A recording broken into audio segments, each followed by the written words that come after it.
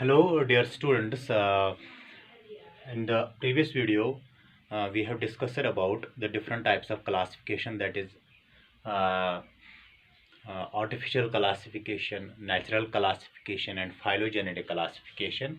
तो उसके बाद जो है नेक्स्ट जो है, अगर हम देखेंगे क्लासिफिकेशन ऑफ ऑर्गेनिजम्स, और जो क्लासिफिकेशन ऑफ ऑर्गेनिजम्स है ये डिपेंड होता है depending on the type of system of classification के ऑर्गेनिजम्स और क्लासिफाइड इनटू किस सिस्टम ऑफ क्लासिफिकेशन की बात करते हैं। जिस तरह नेचुरल हमने बताया था, जिस तरह हमने artificial system of artificial system of classification बताया है और फाइलोजेनेटिक सिस्टम बताया है, उन्हीं के बेसिस पे जो है लिविंग ऑर्गेनिज्म को डिवाइड किया गया है तो मुख्तलिफ किंगडम्स में या डिफरेंट किंगडम्स में।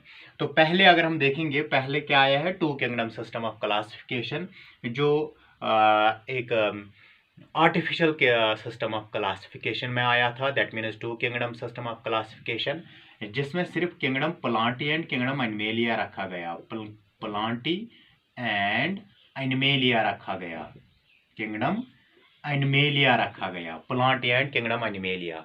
और ये दो जो लिविंग ऑर्गेनिज्म ग्रुप्स बनाए गए, ये है, ये आर्टिफिशियल इसमें है, आर्टिफिशियल सिस्टम ऑफ क्लासिफिकेशन में आया था।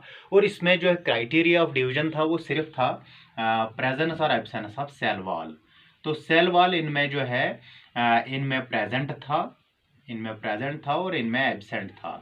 एब्सेंट वो सारे के सारे लिविंग ऑर्गेनिज्म जिनमें सेल वाला प्रेजेंट है वो प्लांटी में रखे गए, जिनमें एब्सेंट है वो एनिमेलिया में रखे गए। तो इसमें बैक्टीरिया भी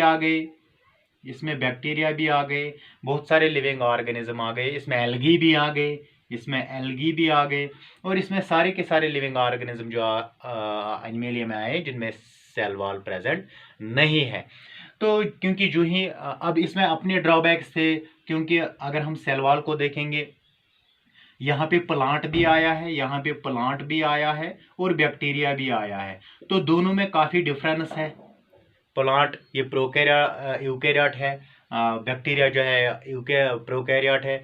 तो ये प्रोकैरियोट और यूकेरियोट, इसमें काफ़ी ड्रॉबैक्स आ गए हैं।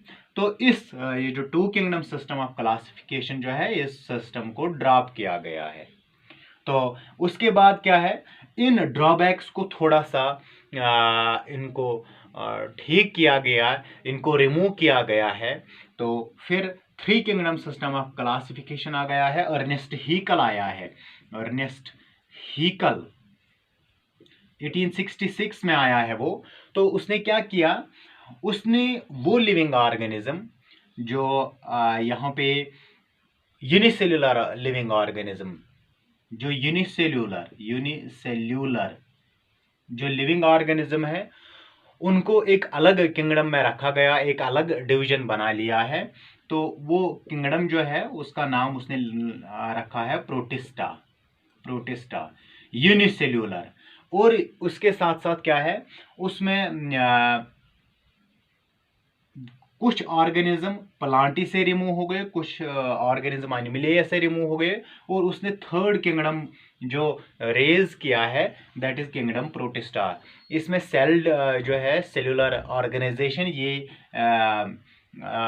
सेल्यूलर ही है, cellular organisation, tissue level organisation नहीं है इसमें।